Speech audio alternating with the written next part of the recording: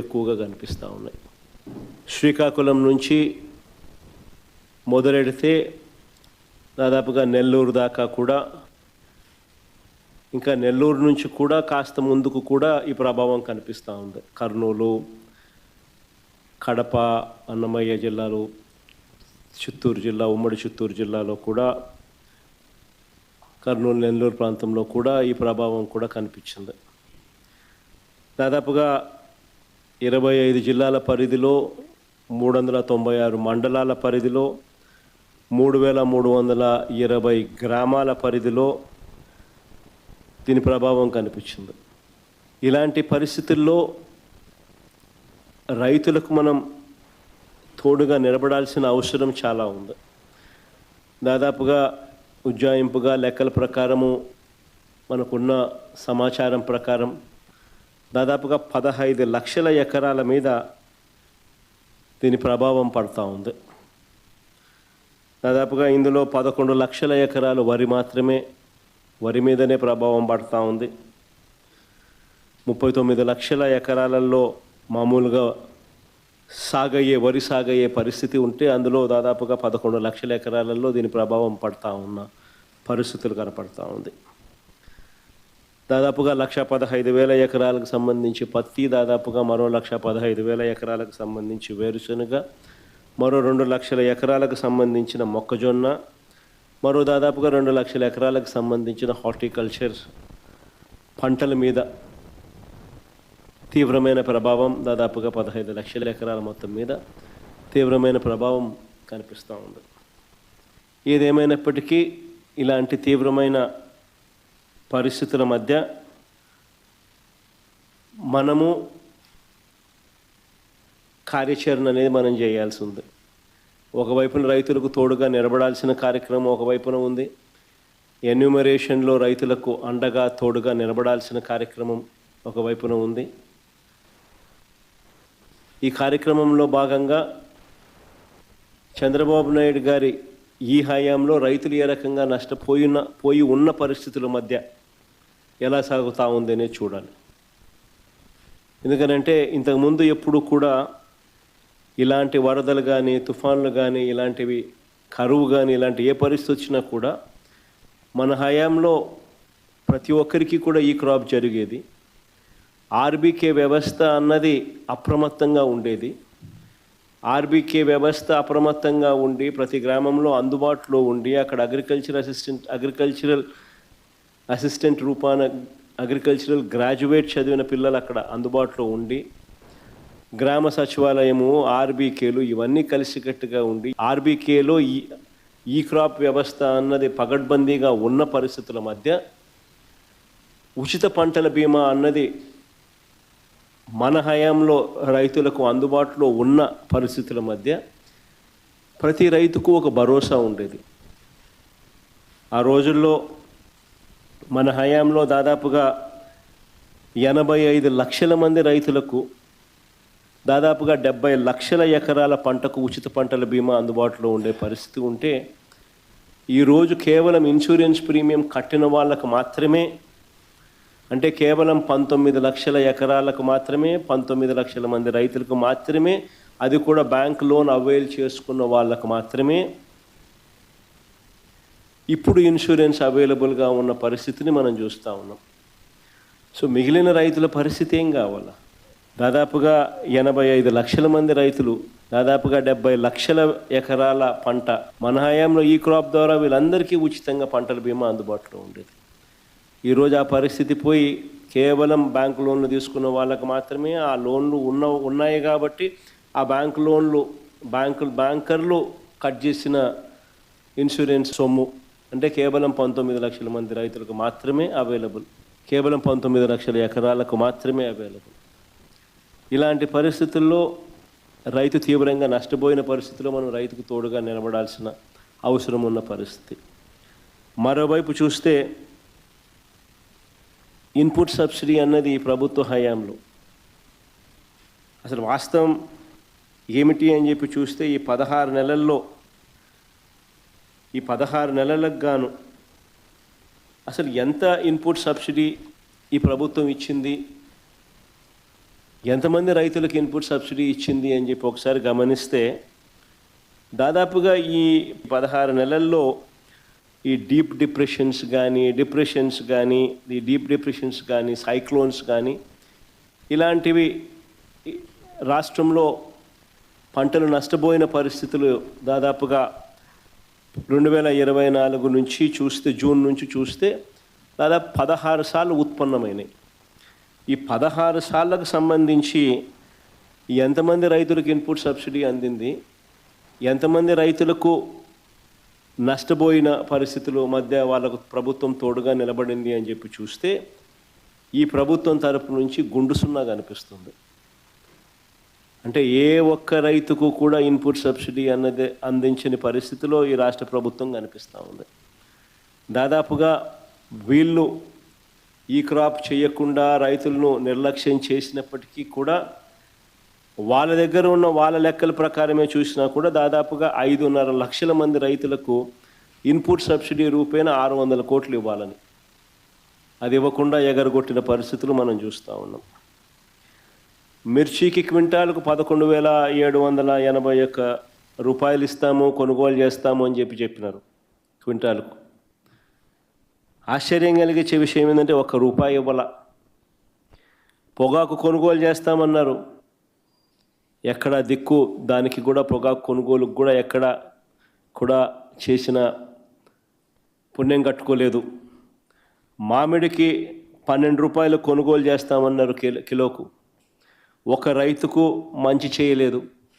ఉల్లికి క్వింటాలకు 1200తో కొనుగోలు చేస్తామని చెప్పినారు, చేతులు ఎత్తేసారు.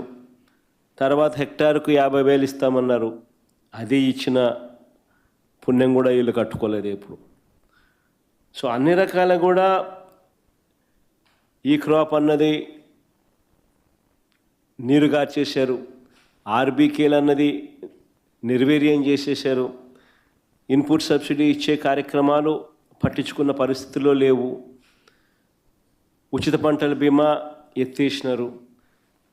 ఏ పంటకు కూడా గిట్టుబాటు ధరలు రాని పరిస్థితిలో రైతు తీవ్రంగా ఈ 17 నెలలు చంద్రబాబు నాయుడు గారి పాలనలో నష్టపోయిన పరిస్థితులు మనం చూస్తూ ఉన్నాం. ఇవన్నీ మ్యాన్మేడ్ కెలామిటీస్. నిజంగా ఉచిత పంటల బీమా చూస్తే మన హయాంలో అప్పట్లో దాదాపుగా గమనించినట్టయితే మన హయాంలో 7,800 కోట్ల రూపాయలు ఉచిత పంటల బీమా కింద మనమే ప్రభుత్వం తరపునే మనమే రైతులు రూపాయి కట్టాల్సిన పని లేకుండా మనమే ప్రతి ఎకరాకు ఈ క్రాప్ చేసి 54,55,000 మంది రైతులకు తోడుగా నిలబడుతూ దాదాపుగా 7,802 కోట్ల రూపాయలు మనం ఖర్చు చేసి మనం రైతులకు ఇన్సూరెన్స్ సొమ్ము ఇప్పించగలిగాం. ఈరోజు పరిస్థితి ఇంత దారుణంగా ఉంది. ఒకవైపున ఇవన్నీ మ్యాన్మేడ్ తప్పిదాలు ఇన్ని కనిపిస్తూ రైతు తీవ్రంగా నష్టపోయిన పరిస్థితులు ఒకవైపున కనిపిస్తూ ఉండగా, మరోవైపున ఇటువంటి సైక్లోన్ రూపేణ జరిగిన నష్టం, ఇలాంటి సైక్లోన్ రూపేణ జరిగిన నష్టాల మధ్య మనం రైతుకు ఎక్కడ తోడుగా ఉండగలుగుతాము అని అంటే ఎన్యూమరేషన్ అన్నది ప్రభుత్వం చేతులెత్తేసే కార్యక్రమం చేయకుండా ఆ ప్రతి గ్రామంలోనూ కూడా వైఎస్ఆర్సీపీ నష్టం జరిగిన ప్రతి గ్రామంలో కూడా ఎన్యూమరేషన్లో ఏ ఒక్కరికి కూడా నష్టం జరగకోకుండా వాళ్ళ తరపున వాయిస్ ఇవ్వగలగడం, వాళ్ళ తరపున మనం ప్రభుత్వం మీద యుద్ధం చేసైనా సరే వాళ్లకు రైతుల తరపున మనం తోడుగా నిలబడడం, ఇది ఖచ్చితంగా రైతుల తరపున మనం చేయాల్సిన కార్యక్రమం. మీ ప్రాంతాలలో మన కోఆర్డినేటర్లు, అసెంబ్లీ కోఆర్డినేటర్లు ఎక్కడెక్కడే అసెంబ్లీ కోఆర్డినేటర్లు అందరూ కూడా చురుగ్గా పాలుపంచుకుంటూ ఉన్నారు. మనం ఇచ్చిన పిలుపు మేరకు, మీరు కోఆర్డినేట్ చేసిన తీరు మేరకు వీరంతా కూడా పలు కార్యక్రమాలలో ఇప్పటికీ అందరూ కూడా పాలుపంచుకునే కార్యక్రమం జరుగుతూ ఉంది. శ్రేణులందరూ కూడా ఈ కార్యక్రమంలో కూడా పాలుపంచుకుంటూ ఉన్నారు. వాళ్ళందరికీ ఒకవైపున అభినందనలు తెలియజేస్తూనే మరోవైపున వాళ్ళందరినీ ఇంకా కాస్త ప్రోత్సహించి ఇంకా మెరుగ్గా వాళ్ళు పాలుపంచుకునే విధంగా, తద్వారా రైతులకు ఇంకా మంచి జరిగే పరిస్థితులు క్రియేట్ కావాలి. కాబట్టి ఆ దిశగా కూడా అడుగులు వేయాల్సిన అవసరం ఉంది. ఏ రైతు కూడా మిగిలిపోకుండా అవస్థపడే పరిస్థితి రాకుండా ఆ రైతుకు తోడుగా ఉండే కార్యక్రమంలో మన వంతు కృషి ఏం చేయాలనో అవన్నీ కూడా గట్టిగా చూసుకునే కార్యక్రమాలు చూసుకుందాం. ఈ తుఫాను బీభత్సం అన్నది దాదాపుగా చూస్తే నిజం చెప్పాలనంటే విండ్ షేర్ ఫామ్ అయ్యి కాస్తో కూస్తో తుఫాన్ డిసిపేట్ అయ్యి తీవ్రత తగ్గినప్పటికీ కూడా రైతుల మీద మాత్రం దీని ప్రభావం చాలా సివియర్గాను సీరియస్గాను దీని ప్రభావం చోటు చేసుకుంది. ఎందుకంటే పంట బాగా పొట్టకొచ్చిన సమయంలో జరిగిన కురిసిన ఈ వర్షాల వల్ల పంట నేల ఒరిగింది. ఆ నేల ఒరిగిన ఆ పంటను నీళ్ళల్లో తడవడం వల్ల మళ్ళీ అది పైకి లేయడం అన్నది కూడా కష్టమైన పరిస్థితుల మధ్య, తాళ్ళు ఎక్కువ వచ్చే పరిస్థితుల మధ్య దిగుబడి తీవ్రంగా తగ్గే పరిస్థితి వల్ల రైతు తీవ్రంగా నష్టపోయిన పరిస్థితులు ఎక్కువగా కనిపిస్తూ ఉన్నాయి. శ్రీకాకుళం నుంచి మొదలెడితే దాదాపుగా నెల్లూరు దాకా కూడా, ఇంకా నెల్లూరు నుంచి కూడా కాస్త ముందుకు కూడా ఈ ప్రభావం కనిపిస్తూ ఉంది. కర్నూలు, కడప, అన్నమయ్య జిల్లాలు, చిత్తూరు జిల్లా, ఉమ్మడి చిత్తూరు జిల్లాలో కూడా, కర్నూలు నెల్లూరు ప్రాంతంలో కూడా ఈ ప్రభావం కూడా కనిపించింది. దాదాపుగా 25 జిల్లాల పరిధిలో, 396 మండలాల పరిధిలో, 3320 గ్రామాల పరిధిలో దీని ప్రభావం కనిపించింది. ఇలాంటి పరిస్థితుల్లో రైతులకు మనం తోడుగా నిలబడాల్సిన అవసరం చాలా ఉంది. దాదాపుగా ఉజ్జాయింపుగా లెక్కల ప్రకారము, మనకున్న సమాచారం ప్రకారం దాదాపుగా 15 లక్షల ఎకరాల మీద దీని ప్రభావం పడుతూ ఉంది. దాదాపుగా ఇందులో 11 లక్షల ఎకరాలు వరి మీదనే ప్రభావం పడుతూ ఉంది.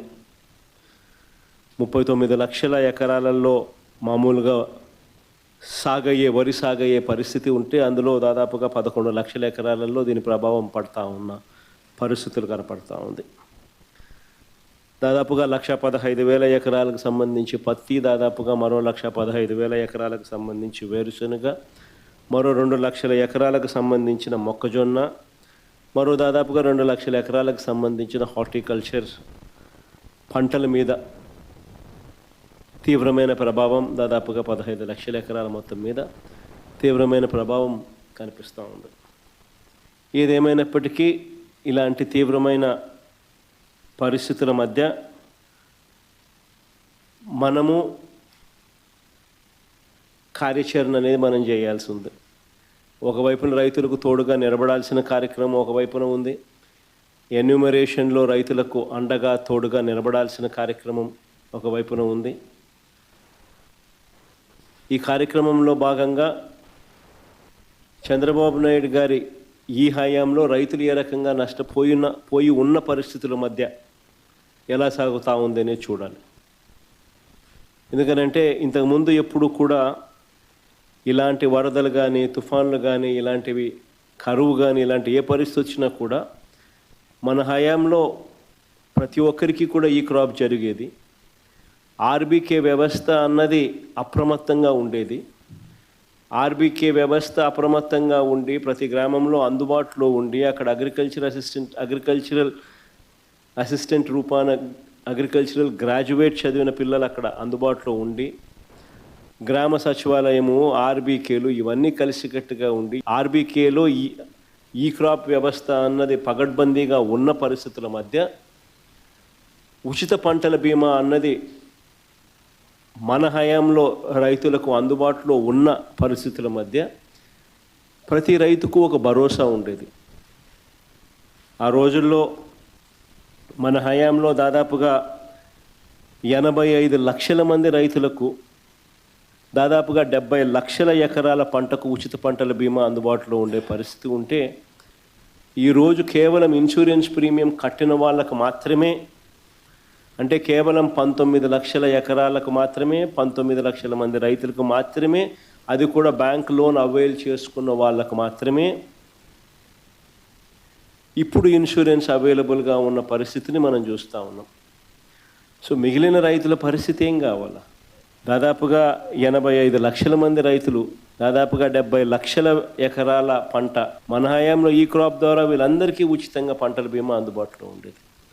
ఈరోజు ఆ పరిస్థితి పోయి కేవలం బ్యాంక్ లోన్లు తీసుకున్న వాళ్ళకు మాత్రమే ఆ లోన్లు ఉన్నాయి కాబట్టి ఆ బ్యాంక్ లోన్లు బ్యాంకర్లు కట్ చేసిన ఇన్సూరెన్స్ సొమ్ము అంటే కేవలం 19 లక్షల మంది రైతులకు మాత్రమే అవైలబుల్, కేవలం 19 లక్షల ఎకరాలకు మాత్రమే అవైలబుల్. ఇలాంటి పరిస్థితుల్లో రైతు తీవ్రంగా నష్టపోయిన పరిస్థితిలో మనం రైతుకు తోడుగా నిలబడాల్సిన అవసరం ఉన్న పరిస్థితి. మరోవైపు చూస్తే ఇన్పుట్ సబ్సిడీ అన్నది ఈ ప్రభుత్వ హయాంలో అసలు వాస్తవం ఏమిటి అని చెప్పి చూస్తే ఈ 16 నెలలకు గాను అసలు ఎంత ఇన్పుట్ సబ్సిడీ ఈ ప్రభుత్వం ఇచ్చింది, ఎంతమంది రైతులకు ఇన్పుట్ సబ్సిడీ ఇచ్చింది అని చెప్పి ఒకసారి గమనిస్తే దాదాపుగా ఈ 16 నెలల్లో ఈ డీప్ డిప్రెషన్స్ కానీ సైక్లోన్స్ కానీ ఇలాంటివి రాష్ట్రంలో పంటలు నష్టపోయిన పరిస్థితులు దాదాపుగా 2024 నుంచి చూస్తే జూన్ నుంచి చూస్తే దాదాపు 16 సార్లు ఉత్పన్నమైనాయి. ఈ 16 సార్లకు సంబంధించి ఎంతమంది రైతులకు ఇన్పుట్ సబ్సిడీ అందింది, ఎంతమంది రైతులకు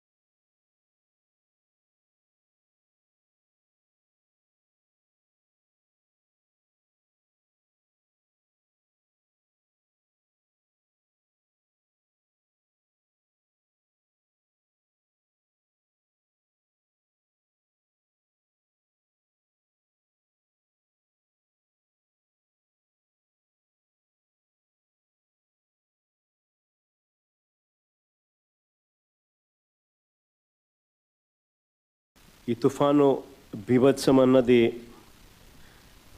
దాదాపుగా చూస్తే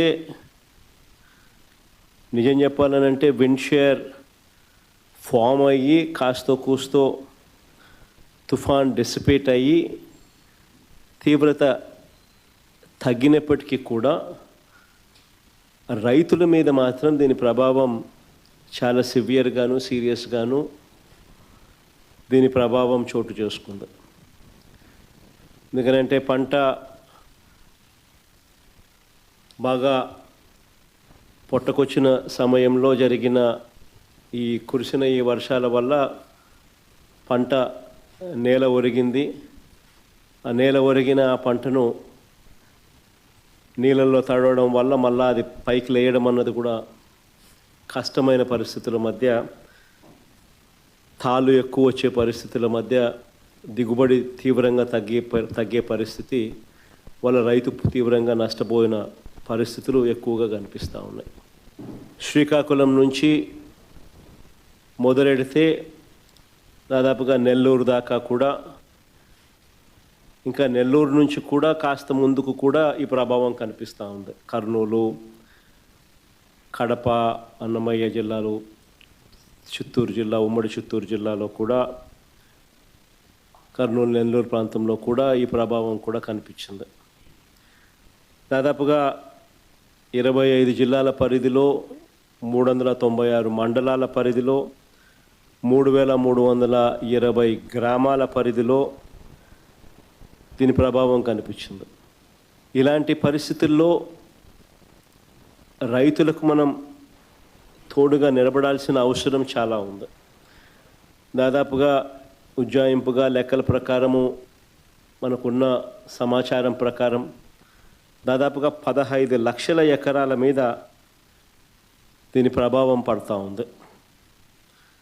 దాదాపుగా ఇందులో 11 లక్షల ఎకరాలు వరి మీదనే ప్రభావం పడుతూ ఉంది. 39 లక్షల ఎకరాలలో మామూలుగా వరి సాగయ్యే పరిస్థితి ఉంటే, అందులో దాదాపుగా 11 లక్షల ఎకరాలలో దీని ప్రభావం పడుతూ ఉన్న పరిస్థితులు కనపడుతూ ఉంది.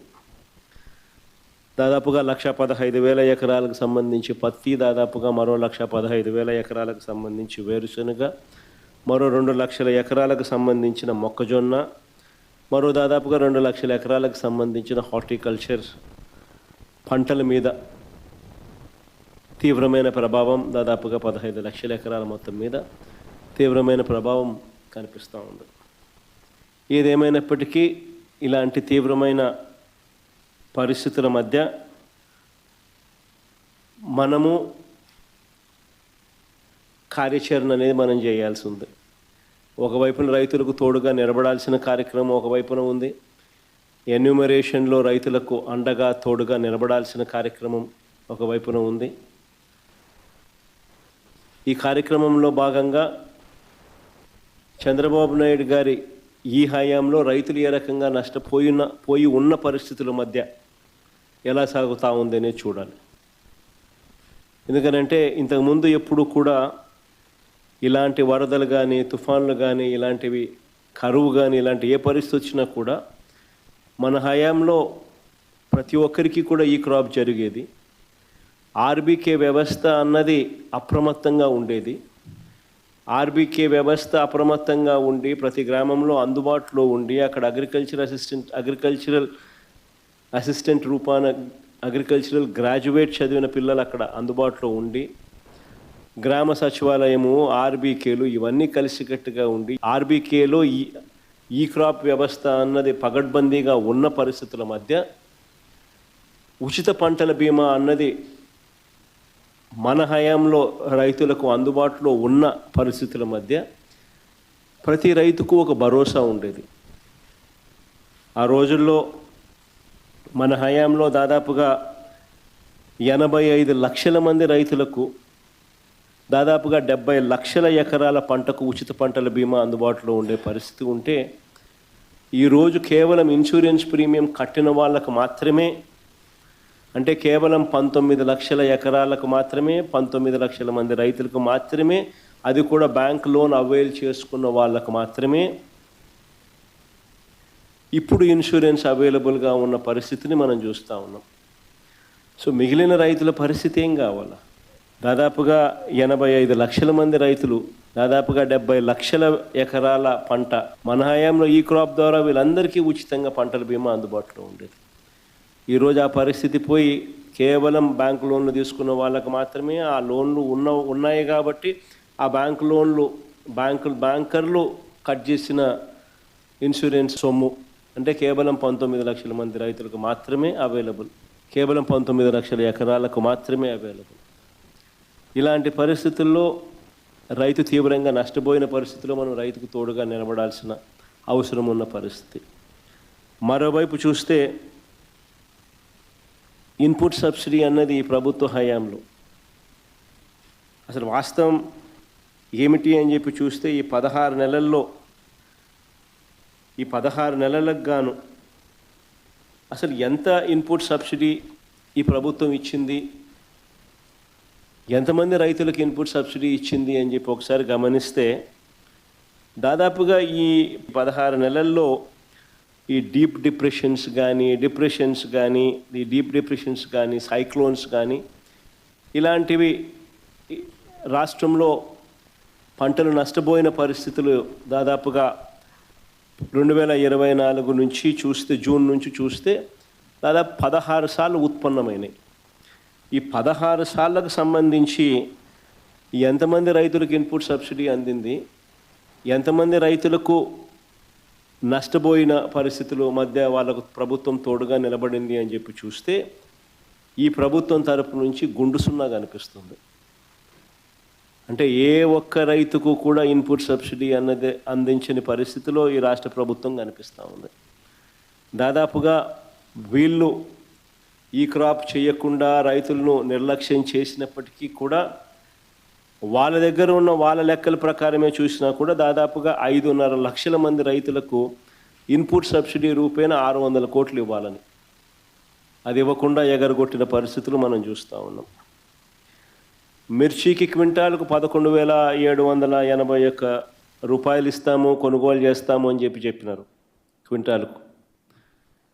ఆశ్చర్యం కలిగించే విషయం ఏంటంటే ₹1 ఇవ్వాల. పొగాకు కొనుగోలు చేస్తామన్నారు, ఎక్కడ దిక్కు దానికి కూడా పొగాకు కొనుగోలుకు కూడా ఎక్కడ కూడా చేసిన పుణ్యం కట్టుకోలేదు. మామిడికి ₹12 కొనుగోలు చేస్తామన్నారు కిలోకు, ఒక రైతుకు మంచి చేయలేదు. ఉల్లికి క్వింటాలకు 1200తో కొనుగోలు చేస్తామని చెప్పినారు, చేతులు ఎత్తేసారు. తర్వాత హెక్టారుకు 50,000 ఇస్తామన్నారు, అది ఇచ్చిన పుణ్యం కూడా వీళ్ళు కట్టుకోలేదు ఎప్పుడు. సో అన్ని రకాల కూడా ఈ క్రాప్ అన్నది నీరుగార్చేశారు. ఆర్బీకేలు అన్నది నిర్వీర్యం చేసేశారు. ఇన్పుట్ సబ్సిడీ ఇచ్చే కార్యక్రమాలు పట్టించుకున్న పరిస్థితుల్లో లేవు. ఉచిత పంటల బీమా ఎత్తేసినారు. ఏ పంటకు కూడా గిట్టుబాటు ధరలు రాని పరిస్థితిలో రైతు తీవ్రంగా ఈ 17 నెలలు చంద్రబాబు నాయుడు గారి పాలనలో నష్టపోయిన పరిస్థితులు మనం చూస్తూ ఉన్నాం. ఇవన్నీ మ్యాన్మేడ్ కెలామిటీస్. నిజంగా ఉచిత పంటల బీమా చూస్తే మన హయాంలో అప్పట్లో దాదాపుగా గమనించినట్లయితే మన హయాంలో 7,800 కోట్ల రూపాయలు ఉచిత పంటల బీమా కింద మనమే ప్రభుత్వం తరపునే మనమే రైతులు రూపాయి కట్టాల్సిన పని లేకుండా మనమే ప్రతి ఎకరాకు ఈ క్రాప్ చేసి 54,55,000 మంది రైతులకు తోడుగా నిలబడుతూ దాదాపుగా 7,802 కోట్ల రూపాయలు మనం ఖర్చు చేసి మనం రైతులకు ఇన్సూరెన్స్ సొమ్ము ఇప్పించగలిగాం. ఈరోజు పరిస్థితి ఇంత దారుణంగా ఉంది. ఒకవైపున ఇవన్నీ మ్యాన్మేడ్ తప్పిదాలు ఇన్ని కనిపిస్తూ రైతు తీవ్రంగా నష్టపోయిన పరిస్థితులు ఒకవైపున కనిపిస్తూ ఉండగా, మరోవైపున ఇటువంటి సైక్లోన్ రూపేణ జరిగిన నష్టం, ఇలాంటి సైక్లోన్ రూపేణ జరిగిన నష్టాల మధ్య మనం రైతుకు ఎక్కడ తోడుగా ఉండగలుగుతాము అని అంటే ఎన్యూమరేషన్ అన్నది ప్రభుత్వం చేతులెత్తేసే కార్యక్రమం చేయకుండా ఆ ప్రతి గ్రామంలోనూ కూడా వైఎస్ఆర్సీపీ నష్టం జరిగిన ప్రతి గ్రామంలో కూడా ఎన్యూమరేషన్లో ఏ ఒక్కరికి కూడా నష్టం జరగకోకుండా వాళ్ళ తరపున వాయిస్ ఇవ్వగలగడం, వాళ్ళ తరపున మనం ప్రభుత్వం మీద యుద్ధం చేసైనా సరే వాళ్లకు రైతుల తరపున మనం తోడుగా నిలబడడం, ఇది ఖచ్చితంగా రైతుల తరపున మనం చేయాల్సిన కార్యక్రమం. మీ ప్రాంతాలలో మన కోఆర్డినేటర్లు, అసెంబ్లీ కోఆర్డినేటర్లు ఎక్కడెక్కడే అసెంబ్లీ కోఆర్డినేటర్లు అందరూ కూడా చురుగ్గా పాలుపంచుకుంటూ ఉన్నారు. మనం ఇచ్చిన పిలుపు మేరకు, మీరు కోఆర్డినేట్ చేసిన తీరు మేరకు వీరంతా కూడా పలు కార్యక్రమాలలో ఇప్పటికే అందరూ కూడా పాలు పంచుకునే కార్యక్రమం జరుగుతూ ఉంది. శ్రేణులందరూ కూడా ఈ కార్యక్రమంలో కూడా పాలు పంచుకుంటూ ఉన్నారు. వాళ్ళందరికీ ఒకవైపున అభినందనలు తెలియజేస్తూనే మరోవైపున వాళ్ళందరినీ ఇంకా కాస్త ప్రోత్సహించి ఇంకా మెరుగ్గా వాళ్ళు పాలు పంచుకునే విధంగా, తద్వారా రైతులకు ఇంకా మంచి జరిగే పరిస్థితులు క్రియేట్ కావాలి. కాబట్టి ఆ దిశగా కూడా అడుగులు వేయాల్సిన అవసరం ఉంది. ఏ రైతు కూడా మిగిలిపోకుండా అవస్థపడే పరిస్థితి రాకుండా ఆ రైతుకు తోడుగా ఉండే కార్యక్రమంలో మన వంతు